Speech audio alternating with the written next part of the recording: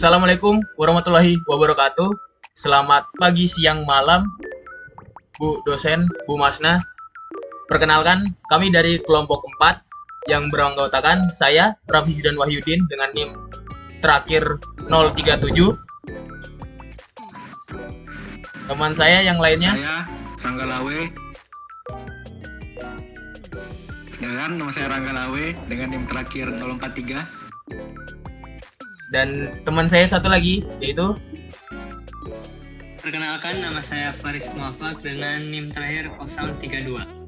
di sini kami akan melaksanakan tugas kelompok, yaitu ada buatlah program solusi persamaan non-linear dengan menggunakan metode regurgitasi dan metode secan, serta ada eliminasi Gauss. Nah, di sini untuk pertama ada contoh persamaannya ya. Untuk persamaannya sendiri kami menggunakan X pangkat 3 dikurang 2X dikurang 5. Oke, di sini. Sub. Nah, untuk memulai programnya sendiri, kita langsung run di terminal. Di sini ada pilihan metode-metode yang sesuai dengan tugas-tugasnya. Untuk penjelasan metode-metodenya ini akan dilanjutkan oleh teman saya. Kepada teman saya dipersilakan. Ya, izin masuk Zidan. Sini pertama saya akan menjelaskan tentang metode bagi dua ataupun metode bisection. Nah, tujuan dari metode bagi dua ini, kita ini dapat menemukan akar dari fungsi non-linear tersebut dengan cara mengecilkan interval secara bertahap. Yang diketahui pasti mengandung akar. Jadi kita membagi dua semua solusinya nanti. Nah, bisa langsung saja Dan. Nah, di sini di metode ini kita disuruh untuk menentukan batas bawah dan batas atas. Untuk batas bawah dan batas atas ini nilainya tuh kita tidak boleh memiliki tanda hitung yang berbeda. Yang sama maksudnya. Karena jika tanda hitung yang sama itu bisa jadi akar yang ingin kita cari itu tidak ada. Dan tanda hitung yang sama ini juga merupakan syarat lah bagi metode bagi dua ini. Langsung saja kita masukkan contohnya, bawahnya misalnya 2. Nah, batas atasnya misalnya 3. Nah, kemudian kita disuruh memasukkan untuk toleransi errornya. Toleransi error ini perlu kita masukkan agar perulangan yang kita lakukan ini berhenti saat solusi yang kita inginkan itu sudah cukup dekat. Bisa langsung lanjut. Nah, kemudian di sini kita disuruh untuk memasukkan maksimum iterasinya. Nah, ini kita perlu masukkan ini agar perulangan yang kita jalan dari program ini nih tidak jalan secara terus-menerus dan bisa berhenti nanti. Ya, bisa langsung saya. Untuk itasarinya berapa, Saudara Rangga? Bebas saja, Saudara. 50 boleh 50. Oke. Nah, akar yang ditemukan ini sudah ditemukan bahwa akarnya itu 2,094 dan seterusnya dengan jumlah iterasi sebanyak 14. Nah, langsung saja kita lanjutkan ke metode yang kedua adalah metode regurgitasi. Nah, jadi di metode ini kita tuh dapat menemukan akar dari fungsinya itu dengan menggunakan pendekatan garis lurus antara dua titik yang memiliki tanda berbeda. Sama seperti yang metode pertama tadi. Nah, lalu kita itu mencari titik potong garis tersebut dengan sumbu X. Nah, bisa Saudara Zidan isi dengan sama yang di atas tadi? Oke, Saudara. Untuk interval bawahnya berarti 2, interval atas 3, jumlah error 0,0001 dan iterasi 50. Nah, di sini ditemukan bahwa akar yang ditemukan ini sama, tapi jumlah iterasinya tuh lebih sedikit daripada yang metode di atas tadi. Kenapa?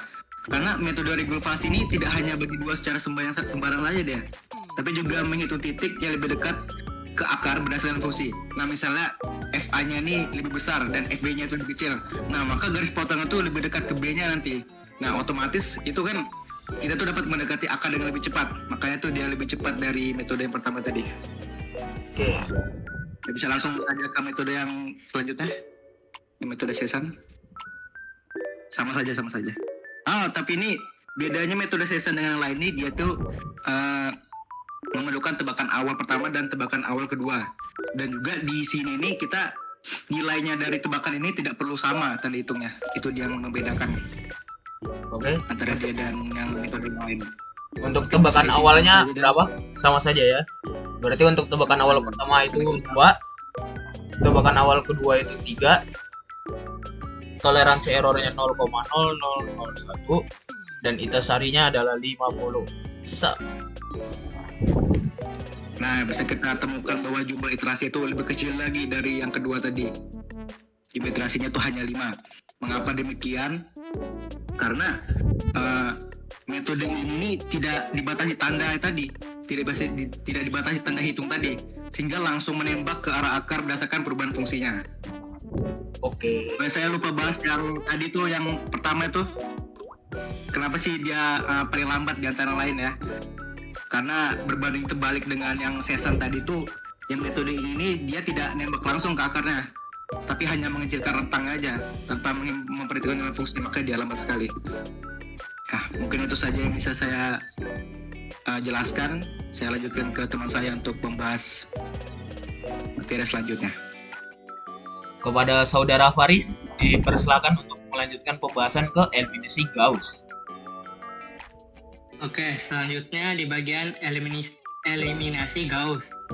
Nah, di eliminasi Gauss ini kita menggunakan eliminasi maju dan substitusi mundur. Nah, kita langsung saja di sini kita coba contoh jumlah variabelnya itu 2. Wah.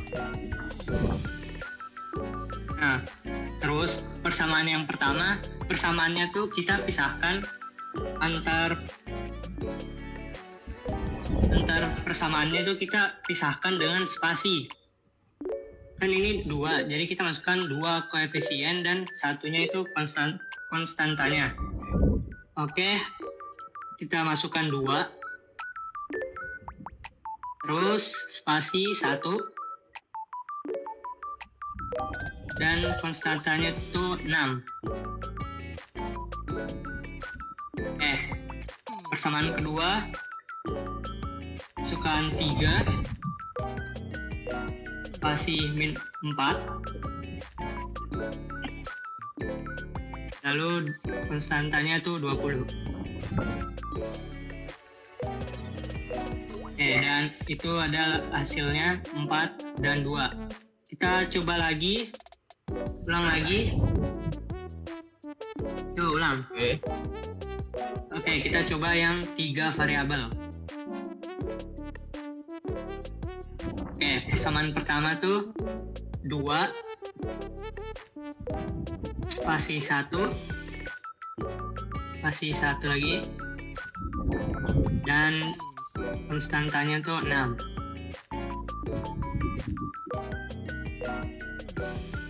Oke, persamaan kedua min 3,